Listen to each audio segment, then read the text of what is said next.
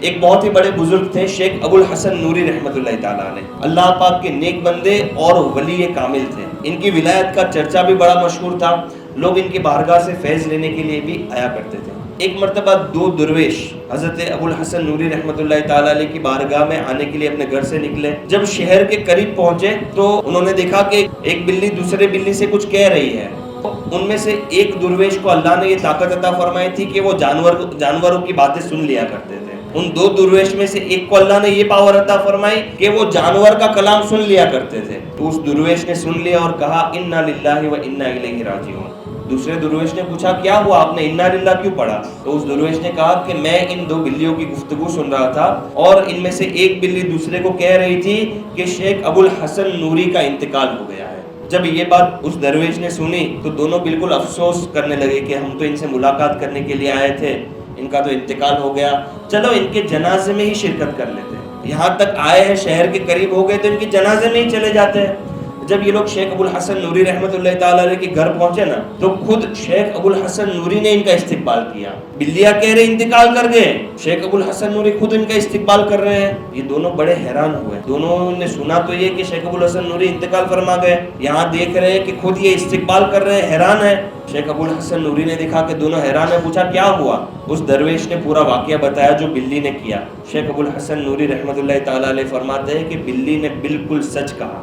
غور سے سننے والی بات ہے، کہتے ہیں بلی نے بالکل سچ کہا، میں لمحہ بھر کے لیے ذکر اللہ سے غافل ہو گیا تھا۔ شیخ ابو الحسن نوری کہتے ہیں بلی نے بالکل سچ کہا، میں لمحے بھر کے لیے اللہ کے ذکر سے غافل ہو گیا۔ اسی وقت زمین و آسمان میں یہ اعلان کر دیا گیا کہ شیخ ابو الحسن وفات پا گئے۔